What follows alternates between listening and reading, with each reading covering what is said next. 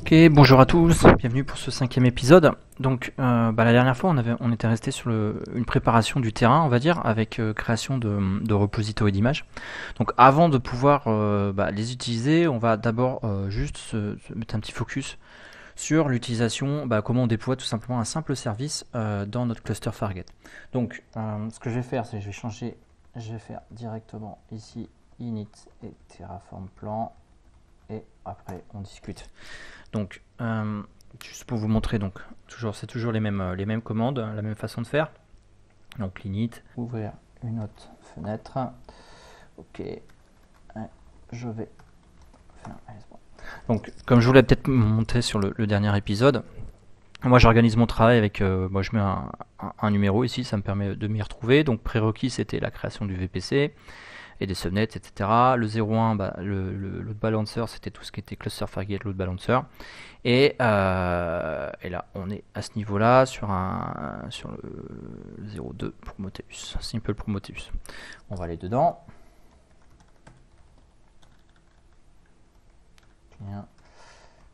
Clear, voilà. Alors, qu'est-ce qu'il y a dedans? Il y a un certain nombre de choses. Donc, c'est toujours pareil. Hein, j'ai récupéré un module sur Terraform Registry. Je vais vous montrer quoi ça ressemble. Hop. Voilà. Effectivement, vous avez ici donc la création en fait du service. Donc, c'est le premier niveau qu'on déploie dans un cluster Fargate. Donc, un certain nombre de choses. Donc, les subnets, le lien avec le load balancer. Un service, ça se base sur ce qu'on appelle un task definition. Donc ici, le task definition, c'est un petit peu un fichier Helm qui va décrire qu'est-ce qui est déployé dans ce service-là. Donc c'est ici que vous allez retrouver en fait la liste de vos conteneurs au sens vraiment conteneur Docker. On va y mettre le nom, on va y mettre sur CPU, mémoire, les volumes, si vous voulez acheter chez des volumes. D'accord. Et puis un peu plus bas, vous allez retrouver un module conteneur. Donc là, cette fois, on définit un conteneur. Donc ça porte un nom. Il y a bien sûr son image, le port mapping, le point de montage, variable d'environnement ou autre, etc., etc. D'accord. Voilà. Ensuite, je vous montre le fichier ALB exposition.tf. Donc ça, c'est tout ce qui va vous permettre d'exposer ce service-là sur Internet. Donc ici on va créer un load balancer listener, donc on va le créer sur un port, d'accord. Si c'est sur HTTPS, on va pouvoir ajouter un certificat.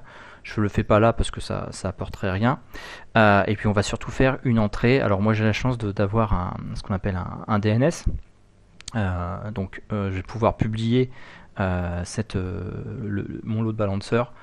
Mon Prometheus via un DNS spécifique. Donc, alors, où ils en sont? Voilà, il a terminé. Donc, on y retrouve ici, vous voyez. Voilà, ça c'est mon load balancer. D'accord. Donc, si je fais ça, voilà, je tombe sur l'IHM de Prometheus. Par contre, vous voyez que le nom il est pas très digeste, d'accord. Donc c'est pour ça que si vous avez la possibilité, mettez un DNS. Donc moi ça va être une constante, ça va être ça. Je vais l'ouvrir. Voilà. Ok, donc là ça y est, on a démarré notre premier Prometheus. Il me reste à peine une minute.